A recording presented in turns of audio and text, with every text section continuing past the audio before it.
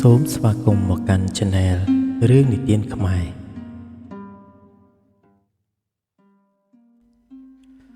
ប្រជុំរឿងព្រេងខ្មែររឿងស្រី4នាក់ដណ្ដើមចោរម្នាក់ធ្វើប្តីមាននិទានមួយថាមានស្រី4នាក់បានឃើញចោរម្នាក់ដែលព្រះមហាក្សត្រទ្រង់ត្រាស់បង្គាប់ឲ្យរាជបុរស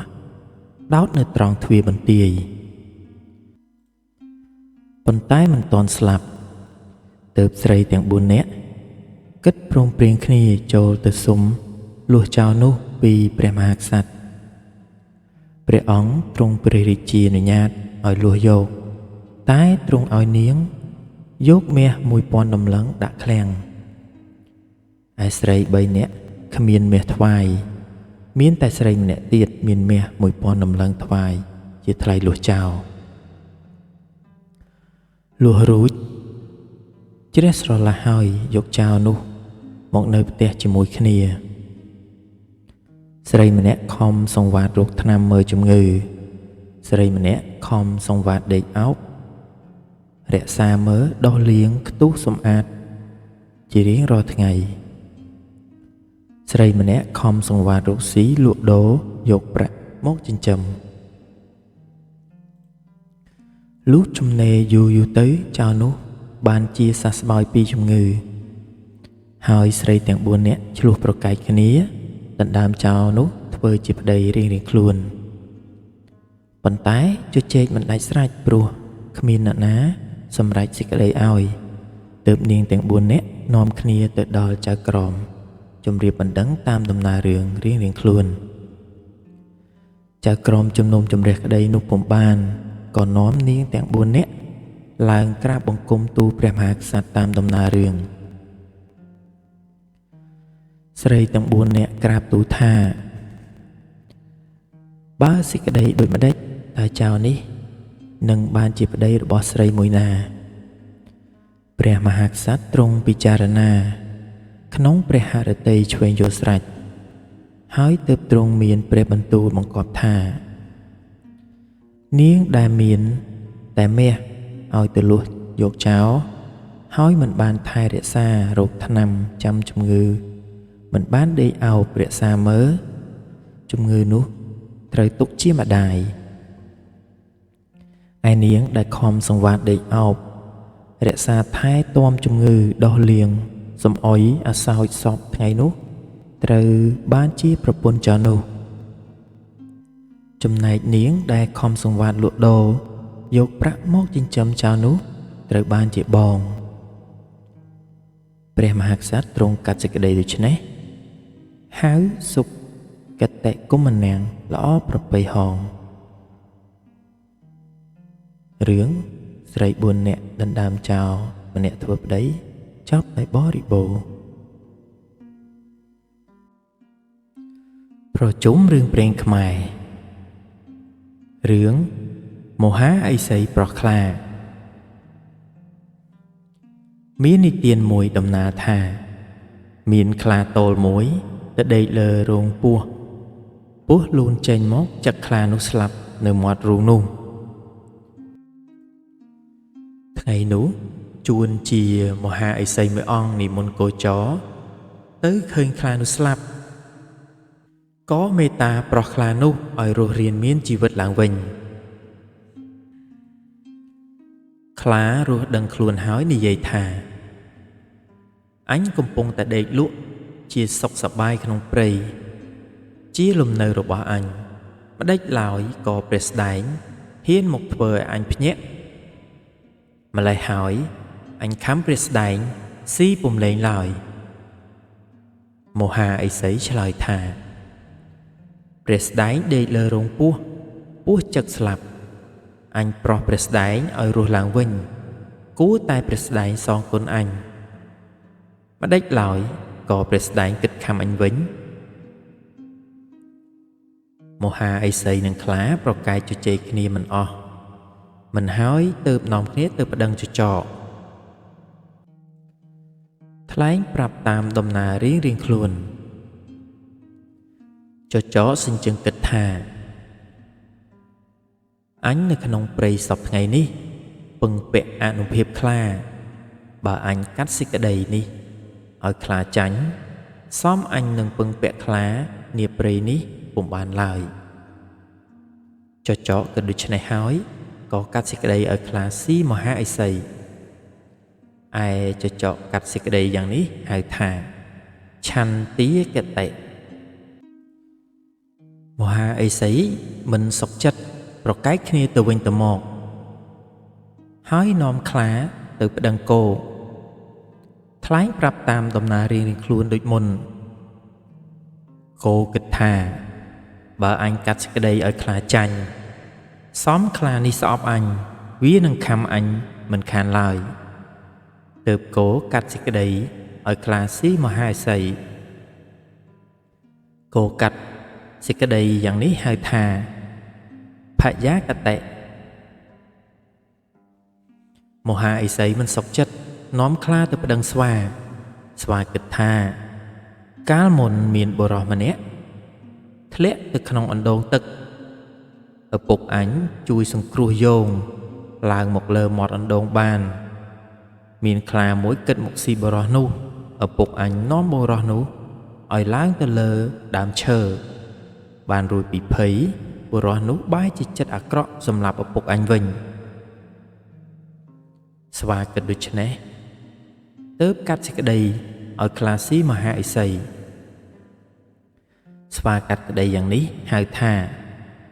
ទោសាគតិមហាឥសីមិនសុខចិត្តនាំខ្លាប្តឹងថ្មាតគិតថាសពថ្ងៃនេះអញបានរំពាសំណល់ពីខ្លាជាអាហារចំណីប្រក្រតីមិនដែលដាច់ឡើយ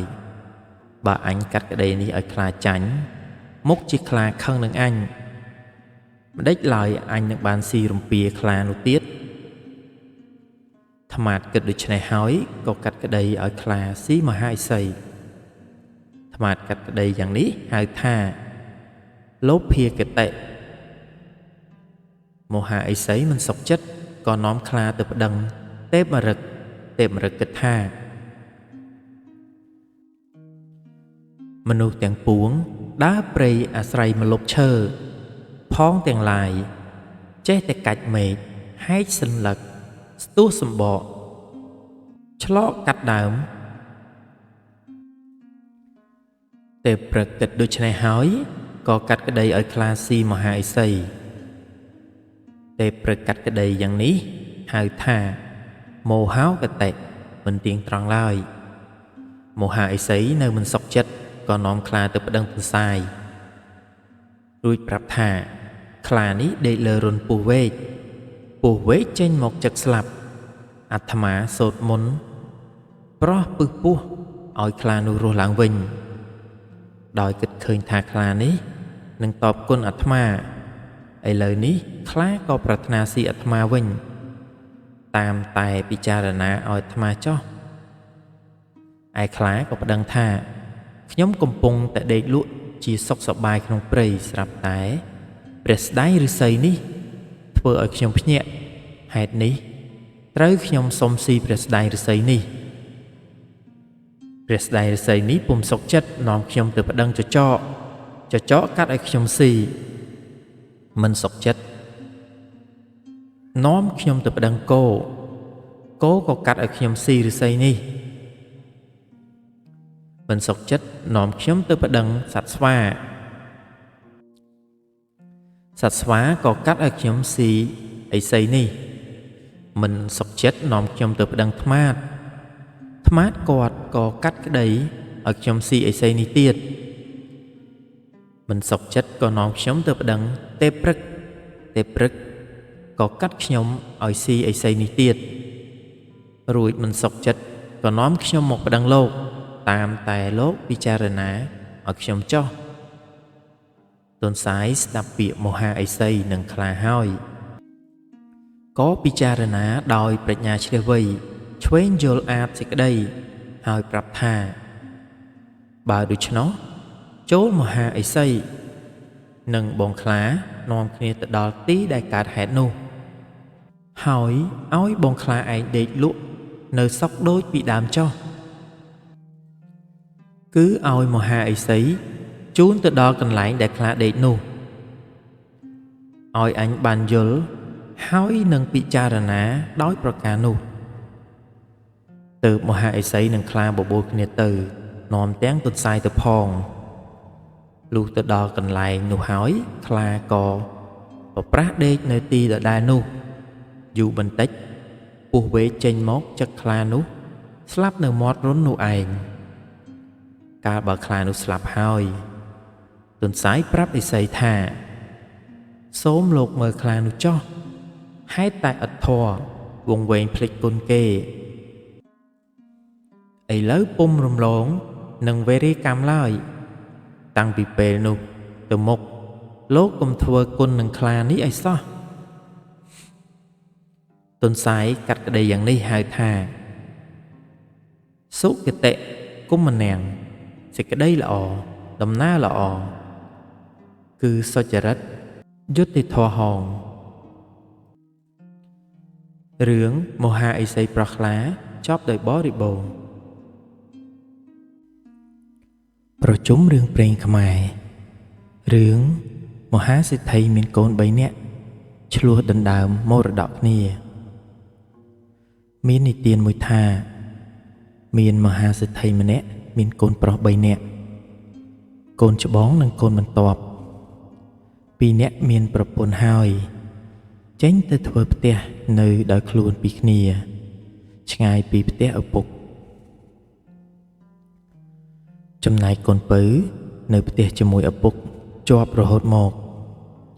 លុះឪពុកមានជំងឺធ្ងន់កូនពៅដែលនៅផ្ទះជាមួយតែងថែទាំចាំជំងឺបម្រើឪពុករហូតថ្ងៃឪពុកខ្សែជីវិតឯកូនបង2នាក់មិនបាននៅថែរក្សាជំងឺឪពុកទេប៉ុន្តែលុះឪពុកខ្សែផុតទៅហើយទើបបានមកជួយធ្វើបុណ្យខ្មោចឪពុកកូនទាំង3នាក់ឆ្លោះប្រកែកជជែកគ្នាដណ្ដើមកេរមរតកឪពុកនិយាយមិនដាច់ស្រេចក៏នាំគ្នាទៅប្តឹងចៅក្រមចៅក្រមកាត់សេចក្តីពុំបានក៏នាំបុរសទាំងនោះឡើងក្រាបបង្គំទូលព្រះមហាក្សត្រតាមដំណើររឿងគ្រប់ប្រការព្រះមហាក្សត្រទ្រង់ពិចារណាជ្រាបហើយទ្រង់កាត់សេចក្តីថាព្រះស្ដែងជាច្បងទាំងពីរដែលមានប្រពន្ធហើយចេញទៅសង់ផ្ទះនៅដោយខ្លួនឆ្ងាយពីឪពុកនោះត្រូវបានម្នាក់មួយភាគស្មើគ្នាឯប្អូនពៅដែលនៅផ្ទះជាមួយឪពុកហើយបានថែរក្សាជំងឺឪពុកនោះត្រូវបាន2ភាគកូនសេដ្ឋីទាំង3នាក់សុខចិត្តព្រមព្រៀងទទួលតាមព្រះបន្ទូលនោះហើយថ្វាយបង្គំលាទៅយកទ្រព្យសម្បត្តិកេរមរតកតាមចំណែកគ្រប់គ្នាហើយនៅទីលំនៅរៀងខ្លួនរឿងមហាសេដ្ឋីមានកូន3នាក់ឆ្លោះដណ្ដើមមរតកគ្នាចប់ដោយបរិបូរណ៍ប្រជុំរឿងព្រេងខ្មែររឿងព្រាហ្មណ៍3នាក់ដណ្ដើមស្រីម្នាក់ធ្វើប្រពន្ធមាននិទានមួយថាព្រាហ្មណ៍ម្នាក់ឈ្មោះទិនស្វាមីមានកូនស្រីម្នាក់ឈ្មោះនាងមន្ទាវតីរូបឆោមលោមពណ៌ល្អលើសស្រីទាំងពួង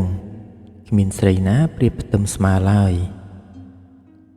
បើប្រុសណាឃើញនាងនេះតែងស្រឡាញ់ចង់បាននាងធ្វើជាប្រពន្ធគ្រប់គ្នាហើយប្រាប់ឪពុកម្ដាយឲ្យទៅដណ្ដឹងដល់ព្រាហ្មណ៍ទិនស្វាមីជាឪពុកព្រាហ្មណ៍ទិនស្វាមីមិនព្រមដល់អ្នកចូលទៅស្ដីដណ្ដឹងអស់ទាំងនោះឡើយចំណេរមកខាងក្រោយមានព្រាហ្មណ៍3នាក់នៅក្នុងនគរនោះដែរសុទ្ធតែជាកម្លោះមានរូបរាងល្អល្អះហើយចេះសិលសាស្ត្រគ្រប់គ្នា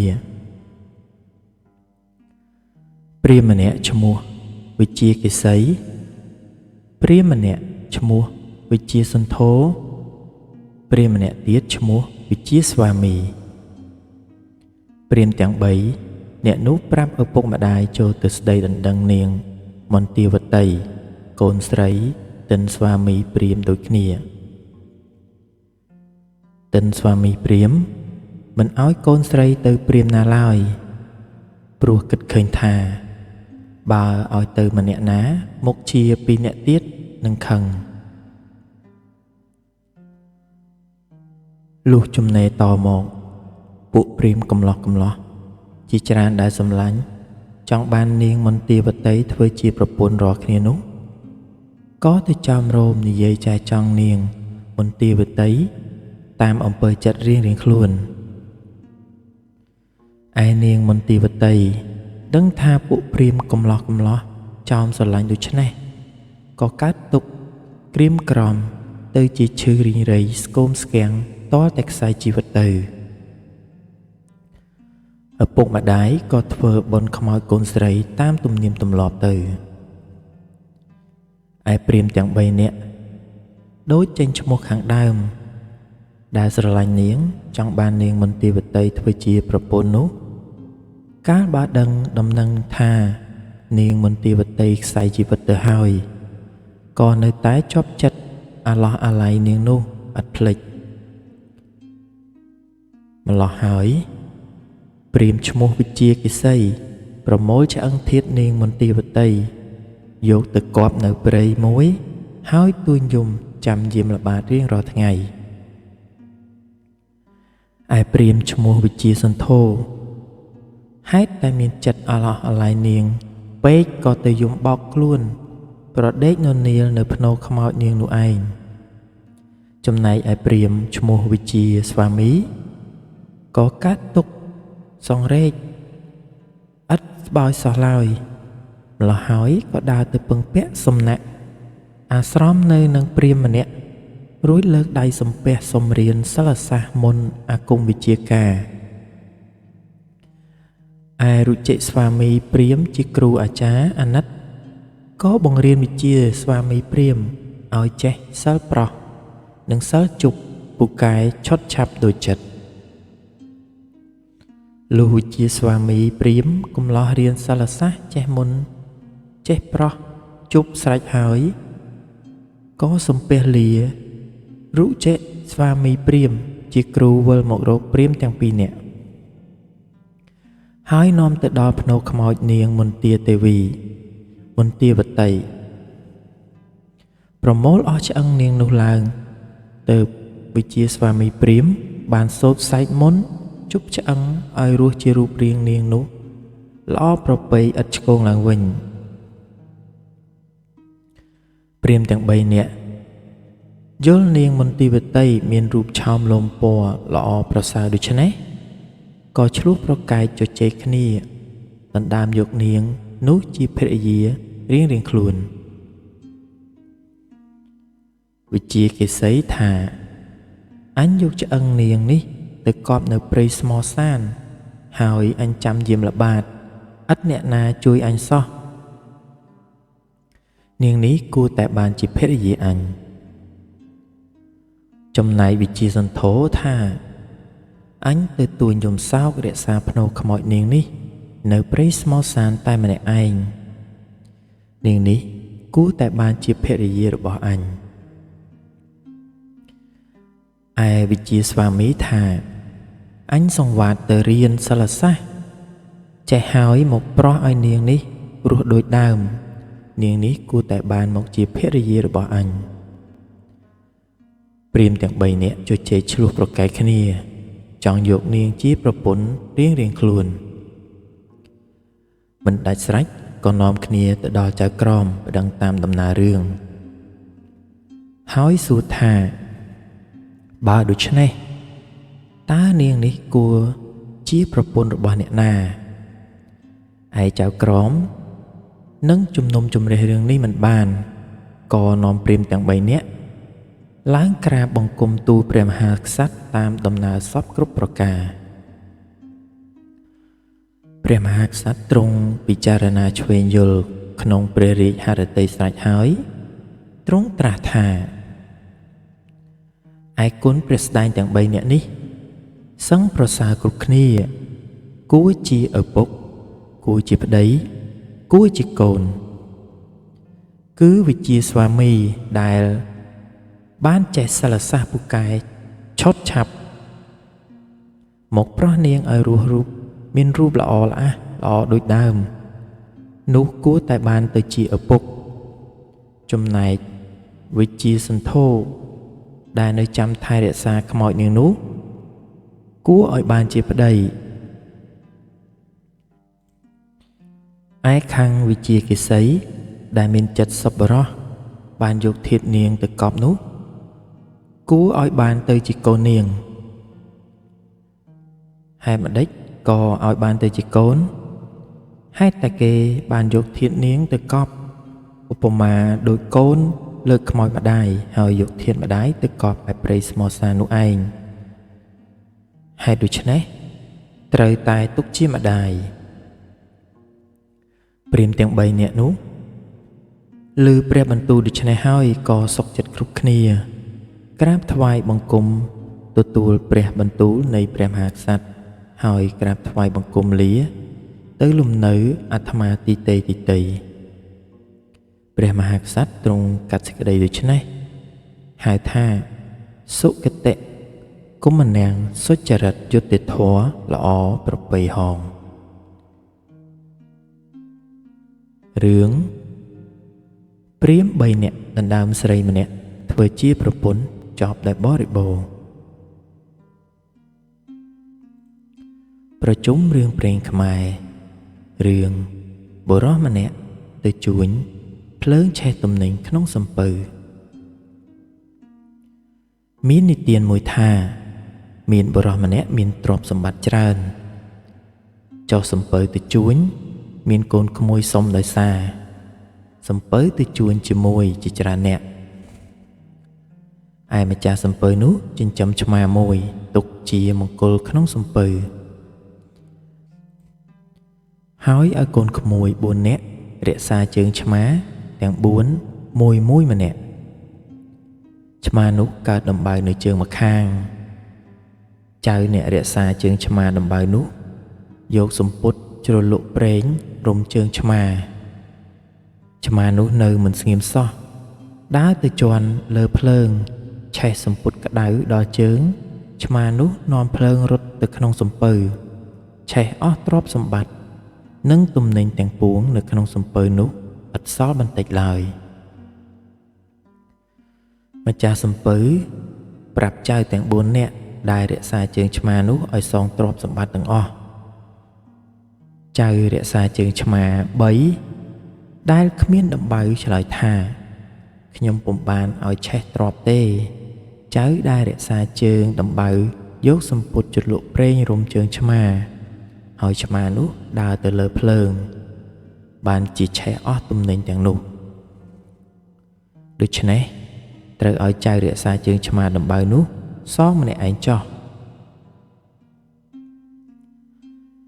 ឯចៅរក្សាជើងឆ្មាដំបៅឆ្លើយថាយើងរក្សាជើងឆ្មាមួយម្នាក់ដូចគ្នា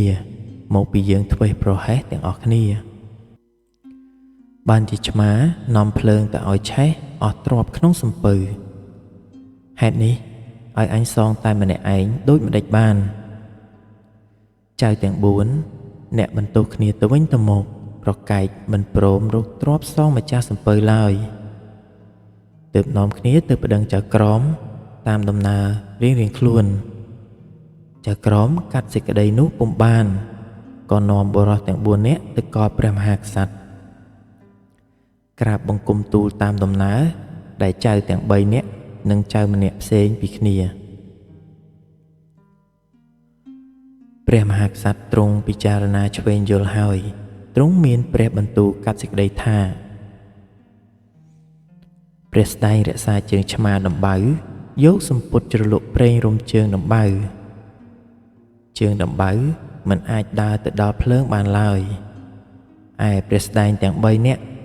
រក្សាជើងឆ្មាទាំង3ដែលគ្មានដំបៅនោះធ្វេសប្រហែសបានជាជើងទាំង3នាំជើងដំបៅមួយទៅជន់ភ្លើងឆេះសំពត់ជ្រលក់ប្រេង គឺជើងជាទាំង3នោះនាំភ្លើងរត់ទៅឲ្យឆេះដល់ទ្រព្យសម្បត្តិទាំងនោះឯជើងដំបៅមួយនឹងរត់នាំភ្លើងទៅឲ្យឆេះអស់ទ្រព្យសម្បត្តិនោះយល់ជាពុំបានឡើយប៉ុន្តែវាធ្វើខុសដែរត្បិតយកសម្ពុតជ្រលក់ប្រេងមករំជើងឆ្មាហើយមិនចាំថែរក្សាឃើញថាធ្វេសប្រហែសដូចគ្នាទាំង4នាក់ទើបទ្រង់ឲ្យបែងចែកទ្រព្យដែលភ្លើងឆេះទាំងអស់នោះជា3ភាគឲ្យទៅអ្នករក្សាជើងឆ្មាដំបៅសង1ភាគឲ្យចៅទាំង3នាក់ដែលរក្សាជើងឆ្មាឥតដំបៅនោះសង2ភាគព្រះមហាក្សត្រកាត់សេចក្តីយ៉ាងនេះហៅថាសុគតិគមនាងហងរឿងបុរសម្នាក់ទៅជួញភ្លើងឆេះទំនិញក្នុងសំពៅចប់ដោយបរិបូរណ៍ប្រជុំរឿងព្រេងខ្មែររឿង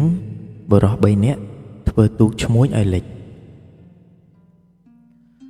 មាននិទានមួយថាមានបុរស3នាក់សុំដោយសារទូកឈ្មួញទៅបុរសម្នាក់យកឈើ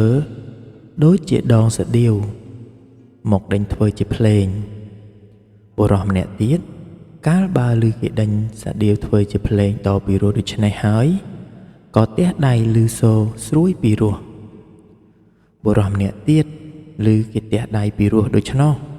ក៏ក្រោកឈរឡើងរាំពុនពេនបត់បែនរត់ទៅមកលើទូកនោះក៏ក្លែងក្លងផ្អៀងក្រឡាប់លេចទៅខូចបងរបស់ទ្រព្យរបស់ឈ្មួញទាំងអស់ឈ្មួញ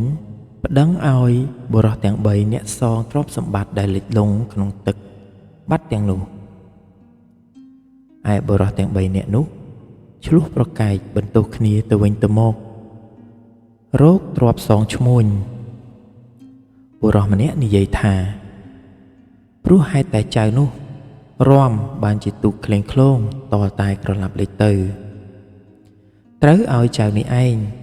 រោគទ្រព្យសងគេបុរសអ្នករាំនោះឆ្លើយឡើងថាព្រោះហេតុតែចៅនេះទះដៃឮសូរស្រួយពីរោះបានជាខ្ញុំក្រោកឈរឡើងរាំត្រូវឲ្យចៅនេះរោគទ្រព្យសងគេបុរសអ្នកទះដៃបន្ទោសទៅបុរសម្នាក់ទៀតព្រោះហេតុតែចៅដេញសាដៀវធ្វើបទភ្លេងឮសំឡេងពីរោះបានជាខ្ញុំទះដៃតាមចង្វាក់ភ្លេងត្រូវឲ្យចៅនេះឯងរោគទ្រព្យសងគេឯបុរសអ្នកធ្វើភ្លេងឆ្លើយឡើងថាខ្ញុំធ្វើភ្លេងពិតមែនប៉ុន្តែទូកឥតកំរើកក្លែងក្លងសោះមកពីចៅនេះទះដៃឬសូរពីរោះបានជាចៅម្នាក់ទៀតក្រោកឈររាំធ្វើឲ្យទូកលិចលង់ខូចបង់របស់ទ្រព្យគេអស់ដូច្នេះត្រូវតែចៅទាំង2នាក់នេះរោគទ្រព្យសងគេបុរសទាំង3នាក់ចេះតែបន្ទោសគ្នាទៅវិញទៅមកគ្មានអ្នកណាសុខចិត្តរោគទ្រព្យសងឈ្មួញម្ចាស់ទូកឡើយទើបនាំគ្នាទៅប្តឹងចៅក្រមជំនុំជម្រះមិនដាច់ស្រេចក៏នាំរឿងនេះទៅក្រាបបង្គំទូលព្រះមហាក្សត្រតាមដំណើរតាំងពីដើមរហូតដល់ចប់ព្រះមហាក្សត្រទ្រង់ព្រះចិន្តាពិចារណាកាត់ក្តីបុរសទាំង3នាក់ធ្វើជាភាគចែកឲ្យសងឈ្មួញនោះព្រះអង្គមានបន្ទូលថាព្រះស្ដែងជាអ្នកធ្វើបទភ្លេងនេះឲ្យសង1ភាគឯព្រះស្ដែងអ្នកទះដៃឲ្យសង1ភាគចំណែកព្រះស្ដែងដែលក្រោកឈរឡើងរាំឲ្យសង1ភាគ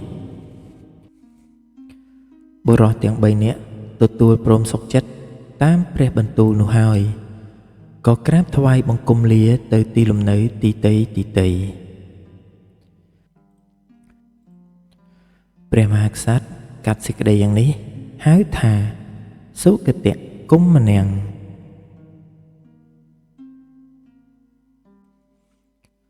ប្រជុំរឿងព្រេងខ្មែររឿងបុរស3នាក់ឆ្លោះគ្នាដណ្ដើមដំណេក មាននិទានមួយថាមានបុរស3នាក់វិវាទជជែកប្រកែកដណ្ដើមដំណេកគ្នាដោយចង់ដេកកណ្ដាលរៀងៗខ្លួនបុរសទាំង3នាក់នោះប្រកែកជជែកគ្នាទៅវិញទៅមកក៏ខានបានដេកពេញមួយយប់លុះព្រឹកឡើងក៏នាំគ្នាទៅរកចៅក្រមប្តឹងដោយដំណើរទីតីចៅក្រមពិចារណាក្តីនេះពុំដាច់ស្រេចក៏នាំបុរសទាំង3នាក់ទៅក្រាបបង្គំទូលព្រះមហាក្សត្រតាមដំណើរទៅព្រះមហាក្សត្រទ្រង់ព្រះសណ្ដាប់ហើយទ្រង់ព្រះតម្រេះដោយព្រះប្រាជ្ញាឆ្វេងយល់ក្នុងព្រះវិចារណញ្ញាណហើយទ្រង់ត្រាស់បង្គាប់ថាចូលព្រះស្ដែងទាំង3នាក់ដេកយកក្បាលឈោមជុំចូលរកគ្នានេះឯងហៅថាដេកកណ្ដាលគ្រប់គ្នាហងបុរសទាំង3នាក់ទទួលព្រះបន្ទូលនោះហើយក៏ក្រាបថ្វាយបង្គំលាព្រះមហាក្សត្រទៅលំនៅឋានរៀងៗខ្លួនព្រះមហាក្សត្រទ្រង់កាត់សេចក្តីច្នេះហៅថាសុគតគុំមនាងហង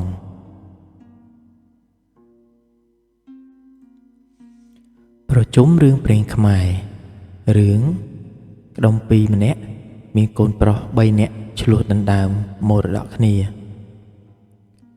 មាននិទានមួយថាមានក្ដុំពីរម្នាក់មានកូនប្រុស3នាក់កូនច្បងទៅបម្រើស្ដេចកូនបន្ទាប់ទៅជួញស្វែងរកទ្រព្យសម្បត្តិមកចិញ្ចឹមខ្លួនឯងឯប្អូនពៅទៅបួសក្នុងសំណាក់សាសនាព្រះកថាគតលុះជំនេរយូរមកឪពុកនោះអស់អាយុទៅកូនទាំង3នាក់ឆ្លោះប្រកែកគ្នាដណ្ដើមសម្បត្តិរបស់ឪពុករៀងៗខ្លួនជជែកគ្នាមិនដាច់ស្រេចសោះក៏នាំគ្នាទៅប្តឹងចៅក្រមកាត់សេចក្តីចែកទ្រព្យសម្បត្តិនោះឲ្យកូនទាំង3នាក់កូនទាំង3នាក់មិនសុខចិត្តក៏នាំរឿងនោះទៅក្រាបបង្គំទូលព្រះមហាក្សត្រតាមដំណើររឿងព្រះមហាក្សត្រទ្រង់កាត់សេចក្តីថាព្រះស្ដែងកូនច្បងចេញទៅនៅបម្រើស្ដេចប្រាថ្នាចង់បានយសស័ក្តិជាប្រយោជន៍តោះខ្លួននិងព្រះស្ដែងប្អូនបន្ទាប់ដែលចេញទៅជួញស្វែងរកទ្រព្យសម្បត្តិមកចិញ្ចឹមខ្លួនឯងនោះត្រូវបានមួយភាគម្នាក់ស្មើគ្នាឯព្រះស្ដែងប្អូនពៅដែលចេញទៅបួសយកផល្លានិសង្ឃចម្រើនជូនទៅម្ដាយឪពុកនោះត្រូវបាន2ភាគម្នាក់ឯងកូនទាំង3នាក់សុខចិត្តទទួលចំណែកតាមព្រះបន្ទូលគ្រប់គ្នាហើយក្រាបថ្វាយបង្គំលាទៅទីលំនៅរៀងៗខ្លួនព្រះមហាក្សត្រទ្រង់កាត់សេចក្តីចែកសម្បត្តិឲ្យកូនទាំង3នាក់នោះហៅថាសុគតគុំមនាងហងរឿងដុំពីរម្នាក់មានកូនប្រុស3នាក់ឆ្លោះដណ្ដើមមរតកគ្នាចប់ដោយបរិបូរណ៍ប្រជុំរឿងព្រេងខ្មែររឿងបុរសកំជិលមានប្រពន្ធគ្រប់លក្ខមានរឿងព្រេងមួយដំណាលថាមានបុរសកំជិលម្នាក់មានប្រពន្ធគ្រប់លក្ខមានកិរិយាមាយាទល្អចេះគោរពប្រណិប័តប្តីតាំងពីបានគ្នាជាប្តីប្រពន្ធមកបុរសកំជិលចេះតែដេកដល់ក្លៀនបាយទៅក្រោកស៊ីបាយស៊ីរួចដេកទៅវិញសូម្បីថ្នាំជក់ក៏ប្រពន្ធមូឲ្យដែរ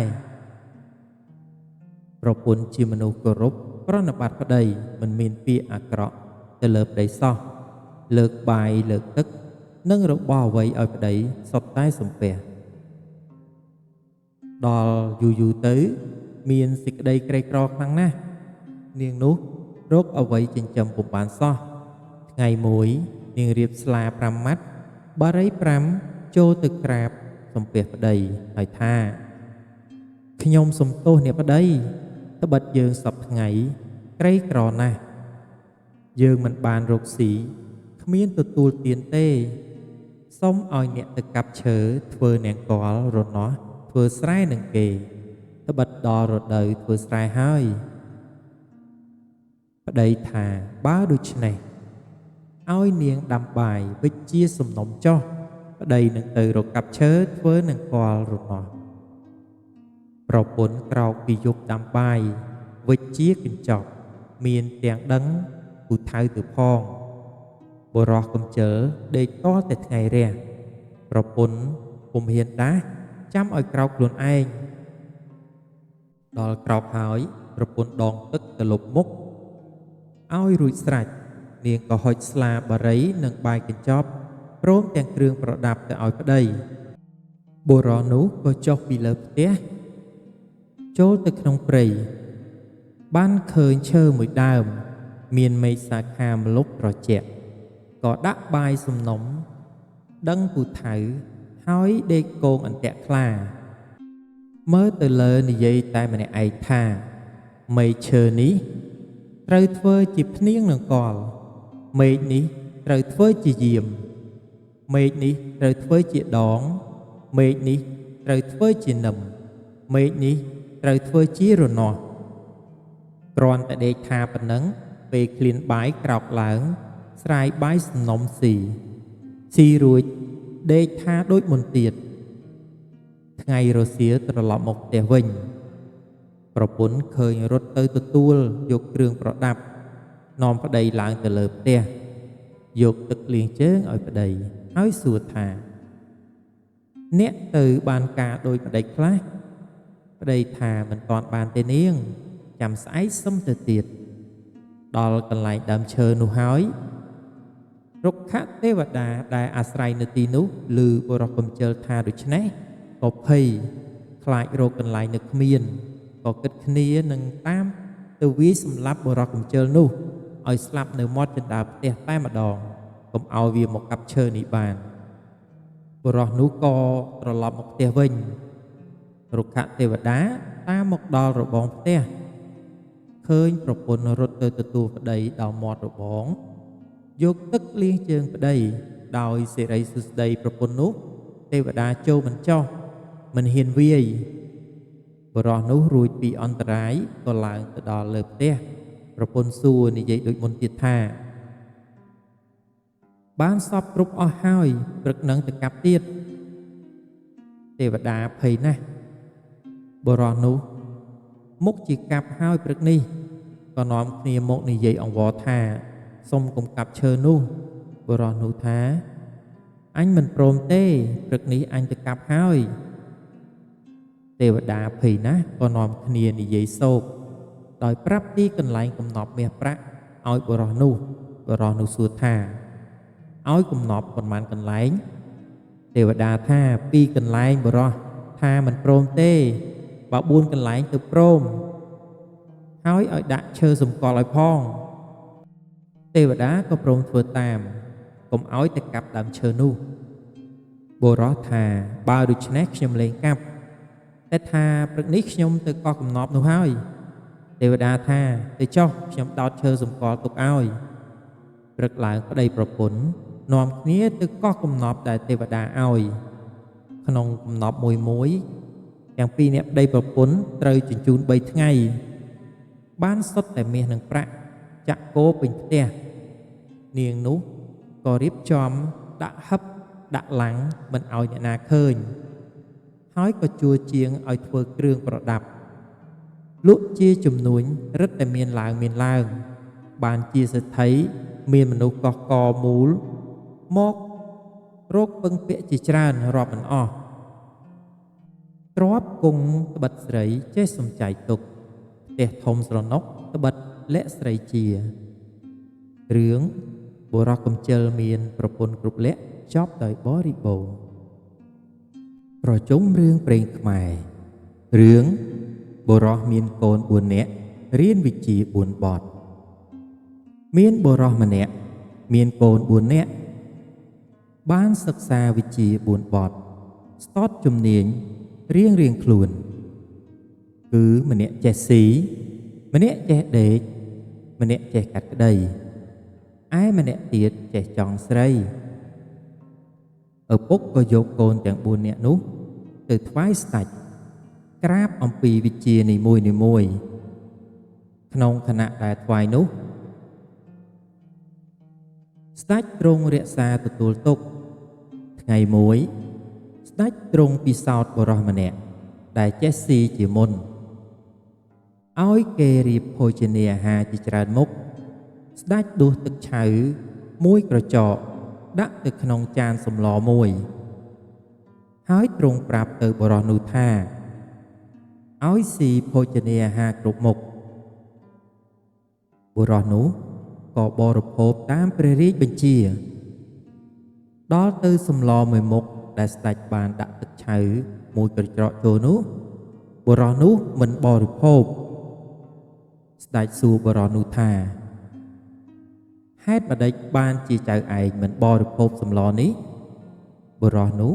ក្រាបទូលថាសម្លនេះមានទឹកឆៅមួយក្រចកនៅក្នុងនោះបានជាទូលព្រះបង្គំជាខ្ញុំមិនទទួលព្រះរាជទាន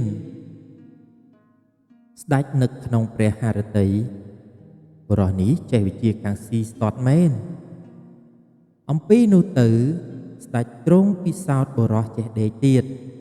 ទ្រង់ឲ្យរៀបទីកន្លែងយ៉ាងស្អាតមានពូកកម្រាលក្រាលពីលើស្ដេចយកសក់មួយសរសៃទៅដាក់ក្រោមកម្រាលពូកនោះដល់ពេលយប់ទ្រង់ហៅបុរសនោះឲ្យទៅដេកបុរសប្រាស់ដេកទៅក្រោកឡើងវិញភ្លាមស្ដេចទ្រង់សួរថាហេតុម្ដេចបានជាដេកហើយក្រោកឡើងវិញចឹងបុរសនោះក្រាបទូលថាមានសក់មួយសរសៃនៅក្នុងដំណាក់នោះបានជាទូលព្រះបង្គំខ្ញុំក្រោកស្ដេចទ្រង់នឹកសរសើរក្នុងハរតីថាបុរសនេះស្ទាត់ខាងវិជ្ជាដេកពិតប្រាកដមែនថ្ងៃមួយមានបុរសម្នាក់ស្លាប់នៅកណ្ដាលវាលស្រែគ្មានភិនភាកស្លាកស្នាមអ្វីនៅរូបកាយនោះសោះ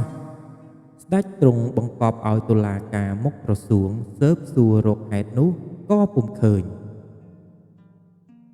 ទ្រង់ពិបាកក្នុងព្រះរាជハរតីទ្រង់នឹកឃើញបុរសដែលចេះវិជាខាងផ្លូវតុលាការនោះក៏មានព្រះរាជអង្គការឲ្យហៅចូលមកហើយទ្រង់ចាត់ប្រើឲ្យទៅស៊ើបរករឿងពីរត់នោះបុរសនោះសូមព្រះរាជអនុញ្ញាតអំណាចក្នុងវេលាដែលស៊ើបសួរយកការនោះស្ដេចក៏ព្រះរាជទានតាមសំណូមពរបុរសនោះចេញទៅដល់ទីកន្លែងមនុស្សស្លាប់នោះចាត់ការហៅអ្នកស្រុកមកប្រជុំមិនឲ្យមានសល់ម្នាក់ហើយបុរសនោះហាម5ថាក្នុងវេលាថ្ងៃស្អែកមិនឲ្យអ្នកណាទៅណាមកណាក្រៅពីភូមិខ្លួនទេឲ្យទាំងអស់គ្នាទាំងប្រុសទាំងស្រីចាស់ក្មេងចូលទៅមើលគេធ្វើបុណ្យរំលាយសពបុរសអនាថានោះតែបានស្លាប់នៅកណ្ដាលវាលស្រែលើកតែមនុស្សខ្វាក់ខ្វិនចេញខណៈដែលរៀបចំរំលាយសពនោះបុរសជាអ្នកស៊ើបសួរបានចាត់មនុស្សជាច្រើនអ្នកដែលបានពន្យល់ពីកិច្ចហេតុដែលយកការក្នុងរឿងនោះបើឃើញឈ្មោះណាប្រកបនឹងកិច្ចដែលបានពន្យល់នោះឲ្យយកឈ្មោះនោះមកប្រគល់ឲ្យខ្លួនជានាយកាត់សេចក្តីមួយរំពេចពេលភ្លើងឆេះពេញទំហឹងក្មេងស្រីម្នាក់ស្រក់ទឹកភ្នែកច្រោកបុរសជាអ្នកគយគន់មើលហេតុក៏នាំយកខ្លួននាងនោះទៅប្រគល់ឲ្យនាយកាត់ក្តីបុរសជានាយកាត់ក្តីយកខ្លួននាងទៅស៊ើបសួរដំណើរដែលនាងយំនោះដោយយោបល់ដ៏ល្អិតនាងនោះរកផ្លូវកិច្ចកែដោះសារទៅពុំបានក៏ប្រាប់បុរសនោះតាមត្រង់ថាខ្លួននាងបានសហាយនឹងបុរសដែលស្លាប់ទើបនឹងបានគ្នាក្នុងយប់ដែលស្លាប់នោះហើយថាដំណើរដែលស្លាប់នោះគ្មានអ្នកណាវិដំធ្វើបាបអ្វីទេគឺវេលាចូលដំណេកបុរសនោះប្រើនាងឲ្យទៅរកទឹកមកឲ្យផឹកនាងមិនហ៊ានចេញទៅដងទឹកឯក្រៅដោយខ្លាចឪពុកដឹងក៏យកផ្ដិលត្រង់ទឹកភ្លៀងដែលហូរធ្លាក់តាមរោងស្បូវប្រក់ផ្ទះនោះឲ្យផឹក លុះផឹកហើយក៏បណ្ដាលឲ្យមរណៈក្នុងខណៈនោះទៅបុរសដែលជាអ្នកស៊ើបសួរក៏យល់ច្បាស់ក្នុងចិត្តថានាងនេះមិនមានសន្តានចិត្តជាទុច្ចរិតនឹងបុរសដែលស្លាប់នោះទេព្រោះទៅស្រឡាញ់គ្នាបានជួបគ្នាក្នុងខណៈនេះការនោះប្រកាសជាមានសត្វអាសេរពិសអ្វីនៅលើដំបូលផ្ទះនោះបានជាបណ្ដាលឲ្យបុរសនោះស្លាប់ទើបបុរសជានាយកាត់ក្តីចាត់ឲ្យទៅមើលលើដំបូលផ្ទះនោះឃើញពស់អ្នកក្រៀកមួយនៅចំពីលើល្វែងដែលនាងនោះដេកបុរសជានាយកាត់ក្តីក៏ឲ្យវាយពស់អ្នកក្រៀកនោះយកមកថ្វាយស្ដេចក្រាបទូលតាមដំណើរហើយដោះលែងនាងនោះទៅដោយវិនិច្ឆ័យថាហេតុដែលបណ្ដាលឲ្យបុរសនោះស្លាប់មកអំពីផឹកទឹកភ្លៀងលាយដោយពឹសពស់អ្នកក្រៀកដែលនាងនោះត្រងមកឲ្យផឹកដោយអចេតនាស្ដេចក៏ទ្រង់សរសើរថាបុរសនេះជានាយកាត់ក្តីចេះស្ទាត់ក្នុងការស៊ើបសួរខាងផ្លូវតុលាការមែនថ្ងៃមួយក្រោយទៀតមានសេដ្ឋីម្នាក់ស្លាប់សេដ្ឋីនោះមានប្រពន្ធក្មេងល្អនាងនោះបដិញ្ញាថាមិនយកប្តីទៀតទេដំណឹងនោះជ្រាបដល់ស្ដេចទ្រង់ឲ្យនិមឺនសពមុខមន្ត្រីទៅចង់នាងមេម៉ាយជាប្រពន្ធខ្មោចសេដ្ឋីនោះនាយមើលទាំងអស់ទៅចង់មិនបានស្ដេចទ្រង់គិតថានាងនេះប្រហែលជាមិនយកប្តីដូចដំណឹងដែលទ្រង់ជ្រាបនោះមែនតែទ្រង់គិតក្នុងព្រះハរតីថានាយមើលសពមុខមន្ត្រីទាំងនោះប្រហែលជាមិនពេញសេចក្តីប្រាថ្នានាងមេម៉ាយទេបើអង្គអញប្រហែលជានាងនោះព្រមក៏ទ្រង់យាងទៅផ្ទះមេម៉ាយនោះហើយទ្រង់ប្រាប់នាងថាល្ងាចនេះទ្រង់នឹងមកផ្ទុំនឹងនាងឲ្យនាងរៀបចំទីកន្លែងចាំទទួលនាងមេម៉ាយក៏ទទួលព្រះរាជឱកាសពេលល្ងាចនាងរៀបប្រឡាព្រះបន្ទុំហើយតែងស្រីបម្រើម្នាក់ដែលមានកើតស្រែងនៅខ្លួនរចនាដោយគ្រឿងប្រដាប់សម្រាប់តាក់តែងរូបកាយស្រីគឺគ្រឿងមាសពេជ្រនិងគ្រឿងក្រអូបគ្រប់ប្រដាប់ហើយឲ្យនាងនោះចូលទៅក្នុងទីក្រឡាព្រះបន្ទុំដែលរៀបចំទទួលស្ដេចតាមព្រះរាជឱកាសដល់ស្ដេចយាងមកដោយទ្រង់មិនបានគិតពិនិត្យសពគ្រប់ទ្រង់ក៏យល់ថាទីនេះជាទីសម្រាប់នាងមេម៉ាយមែនបានជាមនុស្សទាំងឡាយមិនហ៊ានមកនៅទីនេះទ្រង់ក៏ដាក់ព្រះអង្គគង់ឯបដោយសម្គាល់ថានាងមេម៉ាយទ្រង់ផ្ទុំជាមួយនាងនោះរួចហើយទ្រង់កំណត់ព្រះចិន្តាថាអញមកចង់នាងនេះបានហើយដើម្បីឲ្យបានជាផោះតាងដល់ភ្នែកអ្នកផងទាំងពួងស្ដេចក៏ទ្រង់ខំថ្ពាល់នាងនោះជាសម្គាល់រួចទ្រង់យាងមកព្រះបរមរាជវាំងវិញទ្រង់មានព្រះរាជឱកាសផ្ដាំថាព្រឹកស្អែកនេះឲ្យនាងចូលកស្ដេចកុំខានទ្រង់យាងទៅដល់ព្រះបរមរាជវាំងទ្រង់ក៏មានព្រះរាជឱកាសប្រាប់អស់នាយមឿនសពមុខមន្ត្រីថាព្រះអង្គយាងទៅចង់នាងនោះបានហើយមានទាំងសម្គាល់ស្នាមព្រះតន់នៅថ្ពាល់នាងនោះផងហើយទ្រង់បានប្រាប់ឲ្យចូលមកកល់ក្នុងវេលាព្រឹកនេះផងឯនាយមឿនសពមុខមន្ត្រីទាំងអស់ចាំមើលដល់នាងមេម៉ាយចូលមកកល់យកទាំងស្រីបម្រើដែលតាក់តែងកាយទទួលស្ដេចពីយប់នោះមកជាមួយផងលុះចូលមកកល់ក៏អង្គុយតាមមុខក្រោយនាងមេម៉ាយអង្គុយមុខស្រីបម្រើអង្គុយក្រោយស្ដេចឲ្យនាយមឿនទៅពិនិត្យមើលនៅកន្លែងសម្គាល់ដែលទ្រង់បានប្រាប់ហើយនោះលុះអ្នកងារដែលទទួលព្រះរាជឱកាសទៅពិនិត្យត្រឡប់មកក្រាបទូលស្ដេចវិញថានាងអង្គុយក្រោយមានស្នាមនៅថ្ពាល់ជាសម្គាល់ដោយធ្មេញឯនាងមេម៉ាយគ្មានស្នាមអ្វីជាសម្គាល់ទេស្ដេចក៏ទូចព្រះハរតីដោយសេចក្តីមិនបានពិនិត្យជាមុនក៏ព្រះអង្គទ្រង់ចិន្តាត្រេះរិះទៅឃើញថានាងនេះជាស្រីមានប្រាជ្ញា នឹងរកអ្នកណាទៅចង់នាងពុំបានទ្រង់នឹកដល់បុរសដែលជាអ្នកស្ទាត់ខាងវិជ្ជាចង់ស្រីក៏បានព្រះរាជអង្ការឲ្យចូលទៅគាល់ស្ដេចក៏មានព្រះរាជអង្ការសួរទៅបុរសនោះថាឯងទៅចង់នាងមេម៉ាយជាប្រពន្ធខ្មោចសេដ្ឋីបានឬទេបើបងឯងត្រូវការវត្ថុអ្វីយើងឲ្យឯងទាំងអស់បុរសនោះក្រាបទូលទទួលតាមបន្ទាល់ដោយមិនបាច់យកវត្ថុជាឧត្តមទៅទេសុំតែសម្ពុតផាដិនសចាស់យកទៅស្លៀកពាក់ហើយនឹងឆ្អឹងគោមួយធោវិចខ្ចប់ជាប់នឹងខ្លួនប៉ុណ្ណោះបានហើយឯនាងមេម៉ាយជាប្រពន្ធខ្មោចសេដ្ឋីវេលាដែលត្រឡប់ពីកស្ដេចទៅវិញក៏រៀបសាលាធ្វើបុណ្យខ្មោចសេដ្ឋីជាប្តីរំលាយសពជាស្រេច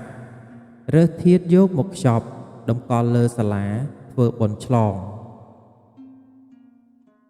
វេលាយប់នោះបុរសដែលទទួលវរាជអង្ការបានទៅដល់លើសាលា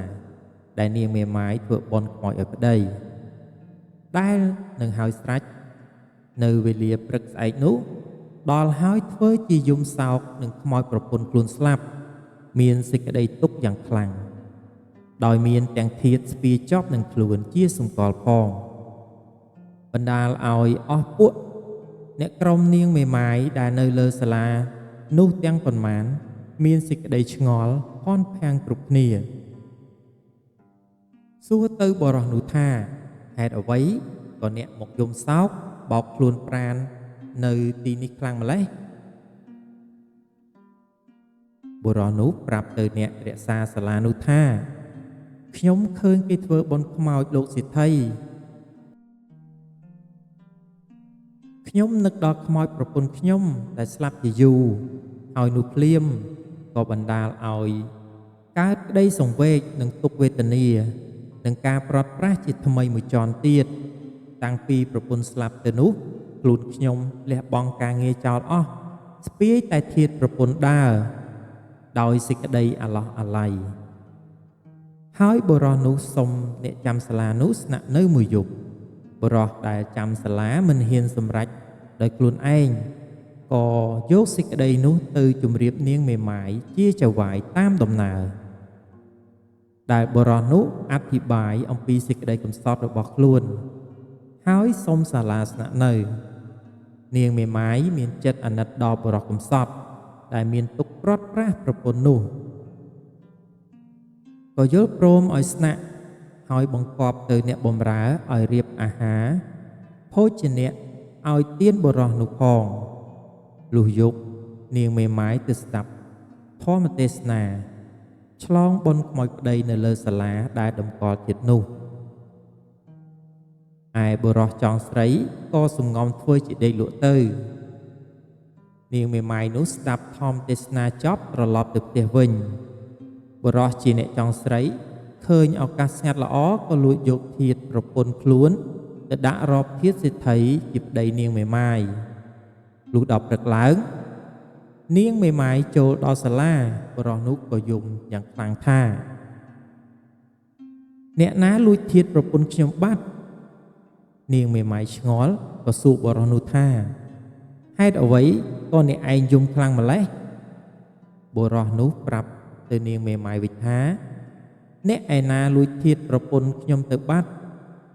ហើយចោទប្រកាន់ទៅលើរូបនាងមេម៉ាយថាខ្មោចប្តីនាងមេម៉ាយលួចធាតុប្រពន្ធទៅនាងមេម៉ាយមានសេចក្តីអន់ចិត្តនឹងបុរសចោទប្រកាន់ខ្មោចប្តីលួចធាតុប្រពន្ធដូច្នេះក៏នាំបុរសនោះទៅមើលឃើញនៅចិត្តគ្នាមែនបុរសក៏ចោទប្រកាន់ចំពោះខ្លួននាងមេម៉ាយថាប្តីនាងយកប្រពន្ធគាត់ទៅធ្វើជាប្រពន្ធខ្លួនលុះតែនាងព្រមទទួលធ្វើជាប្រពន្ធគាត់វិញទើបគាត់ព្រមសុខចិត្តសេចក្តីចោទចំពោះខ្លួននាងមេម៉ាយនោះជាដំណំច្រើនខណាស់ដោយឧបាយយ៉ាងល្អិតល្អន់នាងមេម៉ាយរកផ្លូវដោះសារពុំរួចក៏ចាញ់កលនោះជាទម្ងន់ថែមទាំងមានសេចក្តីអន់ចិត្តនឹងខ្មោចប្តីខ្លួនដែលស្លាប់នោះថាជាមនុស្សគ្មានចិត្តសប្បុរសចំពោះប្រពន្ធបន្តិចបន្តួចសោះ គ្នាកំពុងកាត់ទុកនឹងខ្លួនហ៊ានទៅលួចប្រពន្ធគេយកមកបញ្ញានៅនឹងមុខតបឲ្យទល់ពុកទៅនឹងខ្មោចប្តីខ្លួនវិញដែលហ៊ានខូចលួចប្រពន្ធបរោះនោះចំណែកបរោះនោះដល់បាននាងមេម៉ាយជាប្រពន្ធ 3-4 ថ្ងៃក៏បបួលគ្នាទៅកស្ដេចឯស្ដេចនឹងនិមឿនសពមុខមន្ត្រីបានតូតបានឃើញ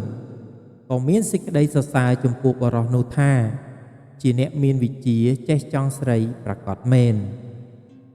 មួយថ្ងៃនឹងចេះឲ្យគេកោតមួយថ្ងៃនឹងឆោតឲ្យគេអាណិតរឿងបរោះមានកូន4នាក់រៀនវិជ្ជា4បទចប់ដោយបរិបូរណ៍ប្រជុំរឿងព្រេងខ្មែររឿងដង្កូវនិងក្អែកមានរឿងនិទានមួយថាសត្វដង្កូវ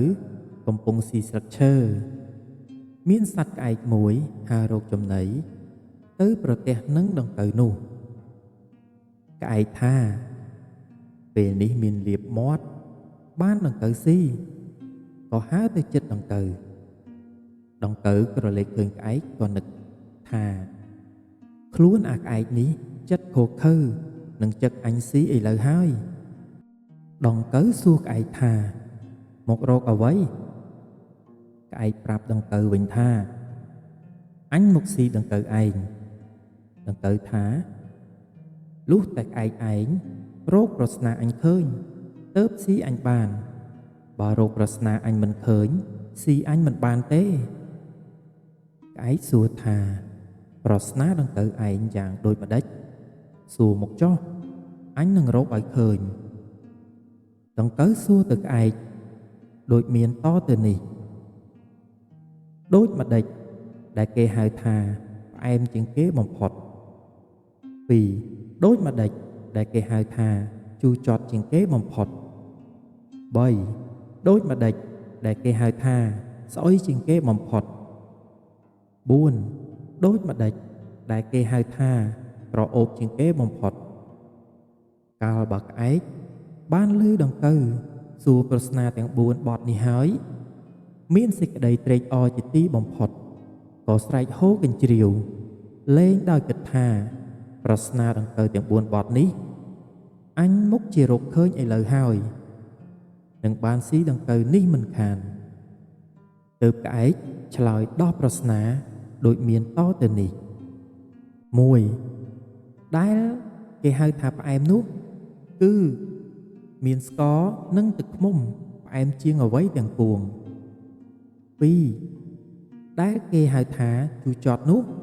គឺមានម្ជូរក្រូចឆ្មាអំពិលម្ជូរសណ្ដាន់ម្ជូរក្រសាំងនិងទឹកខ្មេះ 3. ដែលគេហៅថាស្អុយជាងគេនោះគឺលាមកនិងគម្រោងសត្វទាំងពួង 4. ដែលគេហៅថាក្រអូបជាងគេនោះគឺផ្ការំដួលផ្កាម្លិះនិងទឹកអប់ក្អែកបានដោះប្រស្នាទាំង4បទនេះហើយប្រាប់ទៅដង្កូវថាក្អែកដោះប្រស្នានេះមិនត្រូវទេក្អែកក៏ទម្លាក់ទឹកមុខស្ងួតនិយាយទៅដង្កូវវិញថាបើដង្កូវឯងថាខុសសុំឲ្យដង្កូវប្រាប់ប្រស្នានេះមកអញមកឲ្យបានដឹងផងដង្កូវប្រាប់ទៅក្អែកវិញថាប្រាប់បានតែក្អែកឯងកុំស៊ីអញទើបអញប្រាប់ក្អែកថាឲ្យតែប្រាប់ចុះអញមិនស៊ីដង្កូវឯងទេលុះបានខសន្យាព្រមព្រៀងគ្នាយ៉ាងនឹងហើយដង្កូវក៏ដោះប្រស្នាប្រាប់ទៅក្អែកដូចមានពាក្យតទៅនេះ 1. ដែលគេហៅថាផ្អែមនោះមិនមែនផ្អែមស្ករផ្អែមទឹកឃ្មុំនោះទេគឺផ្អែមពាក្យសម្ដីដែលនិយាយទៅមករកគ្នាដោយពាក្យពីរោះស្មោះត្រង់រកគ្នានេះហើយហៅថាផ្អែមជាទីបំផុត 2. ដែលគេហៅថាជូរចត់នោះមិនមែនជូរចត់អំពិលសណ្ដាន់ក្រូចឆ្មាទឹកខ្មេះអ្វីនោះទេគឺពាក្យអសុរោះខូខើឥតគួរឥតសមដែលនិយាយទៅកាន់គ្នាទៅវិញទៅមកនេះហើយហៅថាជូរចត់លើសជូរចត់អ្វីទាំងពួង 3ដែលគេហៅថាស្អុយនោះមិនមែនស្អុយលាមកឬស្អុយគម្រោងខ្មោចអ្វីនោះទេគឺស្អុយគេស្អុយឈ្មោះដែលប្រព្រឹត្តអាក្រក់ក្នុងលោកនេះហើយហៅថាស្អុយច្រាស់ខ្យល់ 4ដែលគេហៅថាក្រអូបនោះគឺមិនមែនក្រអូបក្លិនផ្កាឬទឹកអប់នោះទេគឺក្រអូបគេឈ្មោះដែលប្រព្រឹត្តអំពើល្អនេះហើយថាក្រអូបជាងគ្រឿងក្រអូបទាំងពួងពេលក្អែកបានស្ដាប់ប្រស្នាទាំង4នោះហើយក្អែកក៏មិនស៊ីដង្កូវហើយហើរចេញផុតទៅតូចមែនពិតដូចពេជ្រពុនរាយរឿងដង្កូវនិងក្អែកចប់ដោយបរិបូរណ៍